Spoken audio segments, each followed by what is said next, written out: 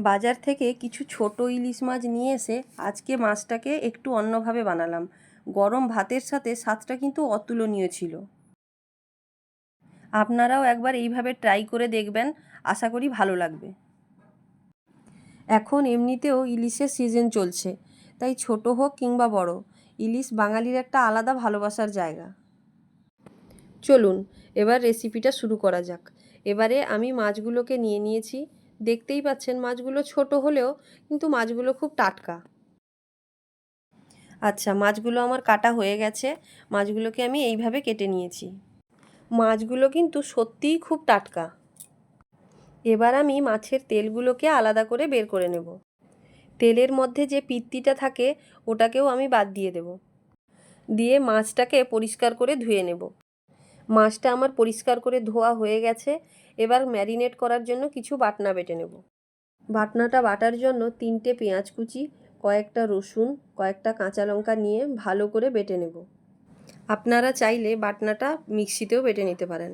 মা ঠাকুমারা বলেন শিলে বাটনা বাটলে তরকারির স্বাদটা নাকি দ্বিগুণ হয়ে যায়। বাটনাটা বাটা হয়ে গেছে। এরপর এটাকে আমি তুলে নেব। এরপর আর একটা মশলা বেটে নেব। মশলা বাটার জন্য নিয়েছি সাদা সর্ষে আর জিরে। এটাকেও ভালোভাবে বেটে নেব। ভিডিওটি স্কিপ না করে পুরোটা দেখার অনুরোধ রইল। এবার বাটনাটা আমার বাটা হয়ে গেছে। এবারে আমি বাটনাটাকে তুলে নেব। এরপরে আমি 4 কোয়া মতো রসুন থেতো করে নেব। এবার আমি মাছগুলোকে ম্যারিনেট করে নেব। ম্যারিনেট করার জন্য এখানে দিয়েছি লবণ, হলুদ গুঁড়ো, পেঁয়াজ, রসুন, কাঁচা লঙ্কার বাটা। এরপর সর্ষে জিরের বাটাটাও দিয়ে দেব আর কিছুটা সর্ষের তেল দিয়ে দেব। এবার আমি মশলার সঙ্গে মাছটাকে ভালোভাবে মাখিয়ে নেব। যেহেতু এটা ইলিশ মাছ, তাই হালকা হাতে এক একটা মাছকে ভালোভাবে মাখিয়ে নিতে হবে। মাছটা ম্যারিনেট করা হয়ে এসছে। এরপর আমি একে 30 মিনিটের জন্য রেস্টে রাখব। আপনারা কিন্তু অবশ্যই 30 মিনিট রেস্টে রাখবেন, না হলে এই রান্নার স্বাদটা কিন্তু পাবেন না। এরপর কড়াইতে সর্ষের তেল দিয়ে দেব। অল্প পরিমাণে সর্ষের তেল দেব, কারণ মাছে আমি আগে থেকে সর্ষের তেল মাখিয়ে রেখেছি, তাই অল্প পরিমাণে তেল দিয়ে দেব। তেলটা গরম হয়ে গেছে। এবার এর মধ্যে আমি কালো জিরে, থেতো করে রাখা রসুন দিয়ে দেব। কিছুক্ষণ নাড়াচাড়া করে রসুন কিছুটা লাল হয়ে এলে এর মধ্যে ম্যারিনেট করে রাখা মাছগুলো দিয়ে দেব।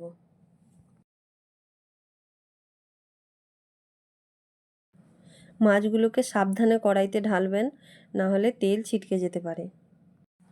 যে বাটির মধ্যে মাছটা ম্যারিনেট করে রেখেছিলাম ওই বাটির মধ্যে অল্প পরিমাণে জল নিয়ে জলটাকে মাছের মধ্যে দিয়ে দেব। এরপর ভালোভাবে নাড়াচাড়া করে মাছগুলোকে মিশিয়ে নেব।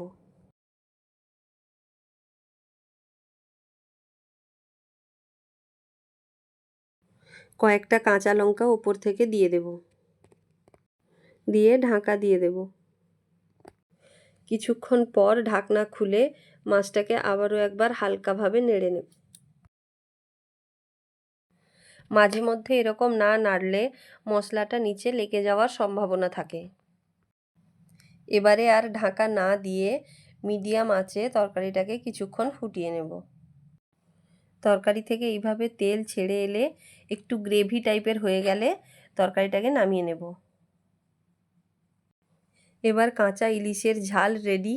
গরম ভাতের সাথে এটাকে পরিবেশন করতে পারেন।